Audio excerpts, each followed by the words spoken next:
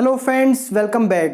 तो friends, Sunday के एक नेट टेक Q&A वीडियो में फिर से आपका बहुत बहुत स्वागत है। आज है संडे और संडे के इस वीडियो में मैं आप लोगों के कुछ इंटरेस्टिंग क्वेश्चंस के आंसर देता हूं, आपके कुछ डाउट्स क्लियर करने की कोशिश करता हूं। तो चलिए करते हैं आज की क्वेश्चन आंसर शुरू। मेरा नाम है आसिफ और आप देख रहे हैं टेक्निकल शो टाइम।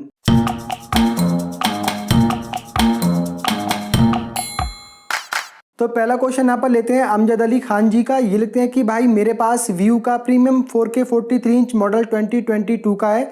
मैं अपना टीवी अपडेट करना चाहता हूँ Vu 50 inch Glo LED TV से, तो क्या बेटर रहेगा, प्लीज़ टेल मी।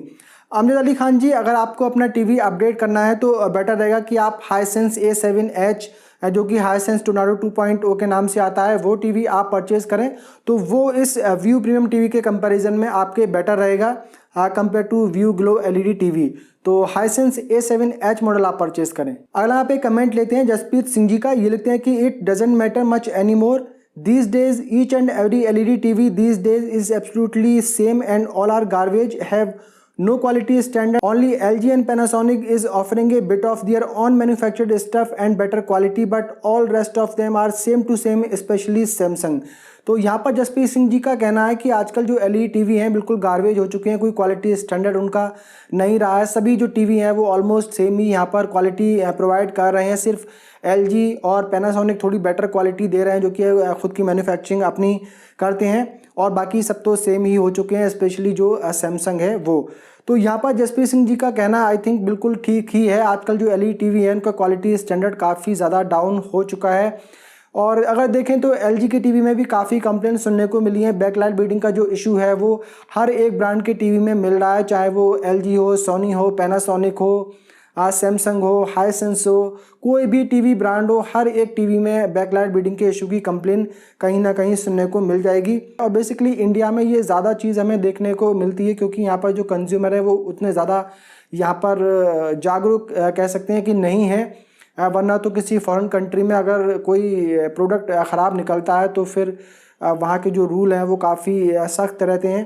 तो इंडिया में भी हैं लेकिन उतना ज़्यादा वो एप्लीकेबल यहाँ पर नहीं हो पाते हैं। यहाँ पर इन लोगों को पता है कि यहाँ पर उनका कुछ भी नहीं बिगड़ने वाला है, कोई कुछ उनका यहाँ पर नहीं बिगाड़ सकता है। अगला यहाँ पे कमेंट लेते हैं तनुश्री पॉल जी का। ये लिखते हैं कि Panasonic 1.5 ton 5 star WiFi inverter split AC review, wow Panasonic nice brand, I always use that. Definitely Tanushree ji, आपका कहना बिल्कुल यहाँ पर ठीक है। पैनासोनिक ब्रांड काफ़ी बढ़िया ब्रांड है, स्पेशली जो इसके AC हैं वो काफ़ी बढ़िया होते हैं, इसीलिए मैंने 1.5 टन का पैनासोनिक का AC परचेज़ किया था। एक्चुअली ये जब मैंने वीडियो बनाया था तो उसमें मैंने काफ़ी सारी बुराई पैनासोनिक की है, लेकिन वो पैनासोनिक के AC में प्रॉब्लम नहीं थी, वो जो इंस्टॉलेशन करने वाले आए थे उनकी गलती थी। उन्होंने जो इंडोर यूनिट इंस्टॉल किया था वहाँ से गैस लीकेज हो रही थी और उन्होंने प्रॉपर गैस को वो अंदर से चेक उन्होंने नहीं किया था। पहले तो वो जो AC था वो डिनाई कर रहे थे इंस्टॉल करने से, क्योंकि उसकी जो पाइपिंग की फिटिंग थी वो हमने ऑलरेडी करवाई थी पहले से ही, तो उसको उसमें जॉइंट ही करना था। तो वहाँ पर उन्होंने जॉइंट जो था वो ठीक से नहीं किया और वहाँ पर जो गैस है वो लीकेज होकर सारी गैस जो निकल गई थी, इसीलिए जो AC था वो वर्क नहीं कर पा रहा था अच्छी तरीके से, कूलिंग वो नहीं कर पा रहा था। जबकि वो 12x12 का रूम था, उसमें 1.5 टन का AC कूलिंग नहीं कर पा रहा था, इसलिए उस टाइम मुझे वो पसंद नहीं आया था। फिर जब मैंने वीडियो अपलोड किया उसके बाद में पैनासोनिक की तरफ से भी कॉल आई थी और वहाँ से फिर उन्होंने कंप्लेन को सुना मेरी। फिर 2-3 बार उन्होंने इंजीनियर भेजे, फिर 2 इंजीनियर आए, वो गैस को फिर से रिफ़िल करके चले गए, लेकिन जो प्रॉब्लम थी वो 10 दिन बाद फिर से वैसी ही होती जा रही थी। फिर एक लड़का आया, फिर मैंने उससे कहा कि आप इसको इंडोर यूनिट को उतारो और इसको आप प्रॉपर्ली चेक करो। तो उसने कहा कि नहीं ये तो ठीक इंस्टॉल हुआ है, कुछ भी इसमें प्रॉब्लम नहीं होगी। लेकिन मैंने ज़बरदस्ती करके फिर उनसे जो इंडोर यूनिट था उसको खुलवा के दोबारा जब उसकी गैस लीकेज वहाँ पर कराई तो वहाँ से इंडोर यूनिट का जो पाइप का जॉइंट था वहाँ से गैस लीकेज हो रही थी। तो बाद में उन्होंने उस गैस लीकेज को वहाँ से ठीक किया और उसके बाद में गैस दोबारा रिफ़िल की। कोई चार्जेस वगैरह उन्होंने रिफ़िल करने के नहीं लिए, एक भी पैसा नहीं लिया। उसके बाद जो है AC परफेक्टली वर्क कर रहा है। इवन इंस्टॉल करने के बाद में जो आउटडोर यूनिट था वहाँ से भी गैस लीकेज हो रही थी, वो भी उस टाइम पे वो चेक करके नहीं गए थे। बाद में 3 दिन बाद जब मैंने चेक किया तो गैस लीकेज हो रही थी, वो तो मैंने खुद से उसको ठीक कर दी थी। गैस लीकेज को मैंने बंद कर दी थी, उसको थोड़ा टाइट करके उसके जो वहाँ पर बोल्ट वगैरह लगे हुए थे, लेकिन इंडोर यूनिट को मैं नहीं छेड़ना चाह रहा था, इसीलिए मैंने खुद से वो नहीं किया था। लेकिन अब जो है वो प्रॉब्लम बेसिकली दूर हो चुकी है और जो एसी है काफ़ी परफेक्टली वर्क कर रहा है। 4-5 मिनट में ही जो कमरा है एकदम वो कूल कर देता है। अगला यहाँ पे क्वेश्चन लेते हैं चंद्रेश कुमार राठौर जी का। ये लिखते हैं कि आसिफ सर, एलजी या किसी भी एलईडी टीवी में आईपीएस और वीए पैनल का पता करें, कैसे पता करें? बॉक्स पर कुछ भी नहीं लिखा होता है। चंद्रेश कुमार राठौर जी, आजकल ये काफ़ी बड़ी प्रॉब्लम हो गई है। पहले तो जो ब्रांड थे वो पैनल टाइप मेंशन करते थे कि आईपीएस पैनल है या फिर वीए पैनल है। स्पेशली जो एलजी है वो तो हमेशा अपने टीवी में आईपीएस पैनल ही यूज़ करता था और जो 50 इंच का वेरिएंट होता था मोस्टली मॉडल में वो वीए पैनल के साथ आता था। लेकिन वीए पैनल कभी भी एलजी ने मेंशन नहीं किया। जिस वेरिएंट में 50 इंच के वेरिएंट में जिसमें वीए पैनल होता था तो वहाँ पर भी वो 4K पैनल लिखता था, वहाँ पर कभी वीए पैनल नहीं लिखा। और बाकी जो वेरिएंट होते थे 55 इंच, 65 इंच या 43 इंच, उसमें वो आईपीएस पैनल लिख कर देता था। लेकिन एलजी ने भी अब यहाँ पर जो है वो लिखना बंद कर दिया है और किसी में आईपीएस पैनल और किसी में वीए पैनल लगाकर वो दे रहा है। अब ये एलजी ने पता नहीं क्यों किया, क्योंकि एलजी को तो शॉर्टेज पैनल की होनी ही नहीं चाहिए। एलजी की खुद की मैन्युफैक्चरिंग है, एलजी डिस्प्ले एलजी की सिस्टर कंसर्न कंपनी है, तो सबसे पहले जो सप्लाई है पैनल की वो एलजी को मिलेगी, बाकी फिर वो दूसरे ब्रांड को प्रोवाइड करेंगे।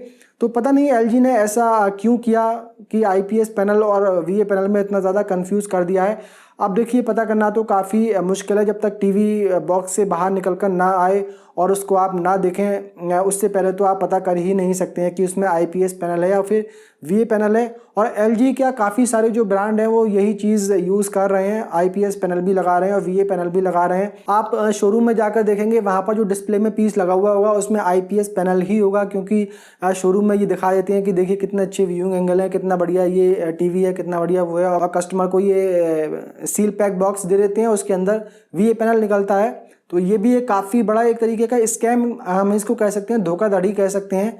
तो अगर ऐसा आपके साथ में होता है कि आपको डिस्प्ले में आईपीएस पैनल दिखाया हो और वीए पैनल दिया हो, तो आप डेफिनेटली उसकी जो है कंप्लेन कर सकते हैं। और शोरूम में जाएं तो वहाँ पर भी अब आपको क्या करना है, शोरूम में जाएं तो जो सेल्स पर्सन आपको टीवी के बारे में बता रहा है कि इसमें आईपीएस पैनल है या क्या चीज़ है, वो आप वीडियो में रिकॉर्ड कर लें, वो आपके आगे काम में आएगी। अगर आपके टीवी में वीए पैनल निकलता है तो आप अगर कंप्लेन करेंगे तो आपके पास में प्रूफ होगा कि आपको दिखाया कुछ था और दिया कुछ है। और ये जो है सेल्स ऑफ गुड्स एक्ट है, उसके अकॉर्डिंग जो है ये एक तरीके से धोखाधड़ी होती है। उसमें लिखा गया है कि जो चीज़ आपको सैंपल दिखाई गई है वही चीज़ होना चाहिए। अदरवाइज जो सेल्स एग्रीमेंट होता है, जब आप कोई भी चीज़ परचेज करते हैं, भले ही कोई एग्रीमेंट वहाँ पे नहीं हो रहा है, लेकिन वो इनडायरेक्टली एक एग्रीमेंट बन जाता है बिल जनरेट होते ही। तो आप जो है उसकी कंप्लेंट डेफिनेटली कर सकते हैं अगर सैंपल वाली चीज़ आपको सेम नहीं दी गई है तो। अगर यहाँ पे क्वेश्चन लेते हैं आकाश जी का। ये लिखते हैं कि 4 to 5 years तो कुछ नहीं है। I bought LG UQ 8040 55 inch with 3 years warranty from Flipkart, but when checked with LG they denied the warranty and say only 1 year warranty, so I filed a complaint but have not heard from them. If a big manufacturing like LG can do it, why blame small companies? तो आकाश जी का यहाँ पर कहना है, इन्होंने LG UQ 8040 model purchase किया था फ्लिपकार्ट से और 3 years की वारंटी इन्हें मिली थी, लेकिन बाद में LG ने कहा कि नहीं, इस पर 1 year की ही वारंटी है। जब LG ऐसा कर सकता है तो फिर छोटी कंपनी का तो यहाँ पर क्या ही कहना। तो देखिए, यहाँ पर मुझे पता नहीं कि आपको इस पर 1 year की वारंटी क्यों दी जा रही है। मैंने अमेजोन से परचेज़ किया LG UQ 8040 55 इंच का वेरिएंट, और जो पर्सन इंस्टॉल करने आया था उसने ही मुझे बताया कि आपका जो ये टीवी है इस पर आपको 3 years की वारंटी मिल रही है। उसके बाद में एक टैब थी, उस टैब में उसने मुझे दिखाया, उसके पास में लिस्ट थी और प्रॉपर उसमें मॉडल नंबर और उसके आगे वारंटी पीरियड वहाँ पे मेंशन किया गया था। वो मुझे एक्सटेंडेड वारंटी के बारे में कह रहा था कि आप इस पर 3 साल की वारंटी को आप एक्सटेंड करवा लें। तो फिर मैंने पूछा कि इस पर अभी कितनी वारंटी है, तो फिर इसने उसमें देख कर बताया कि अभी तो आपकी 3 साल की वारंटी इस पर है।